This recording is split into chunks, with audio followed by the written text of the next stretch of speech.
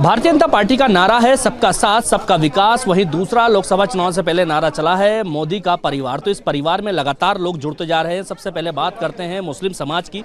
मुस्लिम समाज को लेकर के हमेशा से कहा जाता है कि भारतीय जनता पार्टी से दूरी बनाकर रहता है यह समाज, लेकिन आज हमने देखा कि भारतीय जनता पार्टी के प्रदेश कार्यालय पे सैकड़ों की संख्या में मुस्लिम समाज के तमाम लोगों ने भारतीय जनता पार्टी की सदस्यता ली। हमारे साथ बात करने के लिए शदाब शम्स हैं, वक्फ बोर्ड के चेयरमैन हैं और भारतीय जनता पार्टी के वरिष्ठ नेता हैं। शदाब भाई, मुस्लिम समाज को लेकर के एक बड़ा संशय रहता है कि भारतीय जनता पार्टी से दूर रहते हैं। आज सैकड़ों लोगों ने जो ज्वाइनिंग की है यहाँ पर, वो किस विचारधारा के साथ जुड़ करके की है?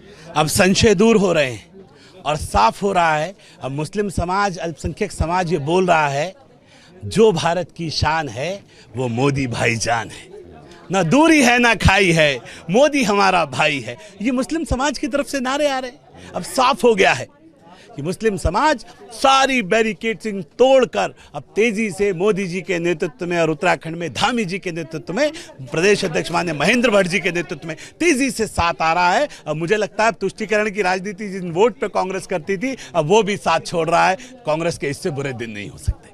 कांग्रेस का वक्त, मुझे लगता है कि इस बार कांग्रेस अपनी जमानतें बचा ले, बड़ी बात होगी। जिस तेजी के साथ मुस्लिम समाज, देश का अल्पसंख्यक समाज साथ जुड़ रहा है और उत्तराखंड में तो नई लकीर खींच रही है, नई नजीर आ रही है। मुझे ऐसा लग रहा है कि कहीं ऐसा ना हो कि मुस्लिम बूथों से भी इस बार कांग्रेस अपनी लाज बचाने में मुश्किल में आ जाए, क्योंकि लोगों के जो भ्रम जाल था उससे वो भ्रम जाल टूट रहा है।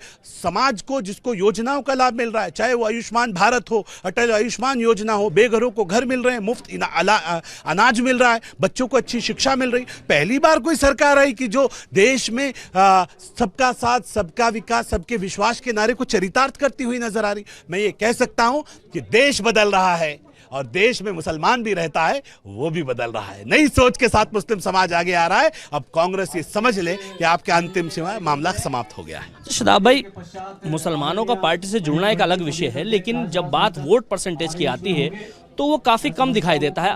कई चुनावों हमने देखा है कि तमाम मुस्लिम समाज के लोगों ने पार्टी से जुड़ने की कोशिश की और जुड़े, लेकिन उसको वोट में बदल पाना एक बड़ी समस्या होती है पार्टी के लिए। इस बार नहीं होगी।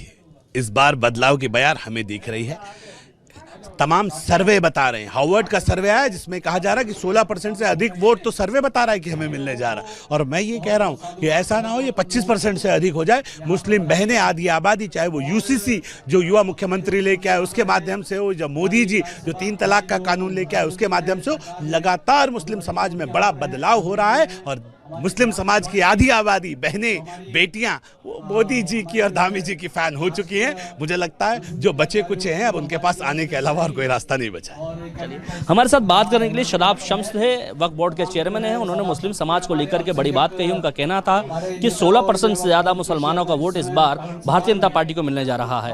भारतीय जनता पार्टी ने जिस तरह से यूसीसी 3 तलाक को लेकर के कानून बनाए, उससे तमाम मुस्लिम महिलाएं भारतीय जनता पार्टी की तरफ अग्रसर हो रही हैं। वहीं मोदी और पुष्कर सिंह धामी को लेकर के कहा जा रहा है कि जिस तरह से लगातार मुस्लिम महिलाओं के लिए कानून बनाए जा रहे हैं, मुस्लिमों की आधी आबादी भारतीय जनता पार्टी की तरफ है, तो वहीं बाकी बचे लोग भी अब धीरे धीरे भारतीय जनता पार्टी से जुड़ रहे हैं।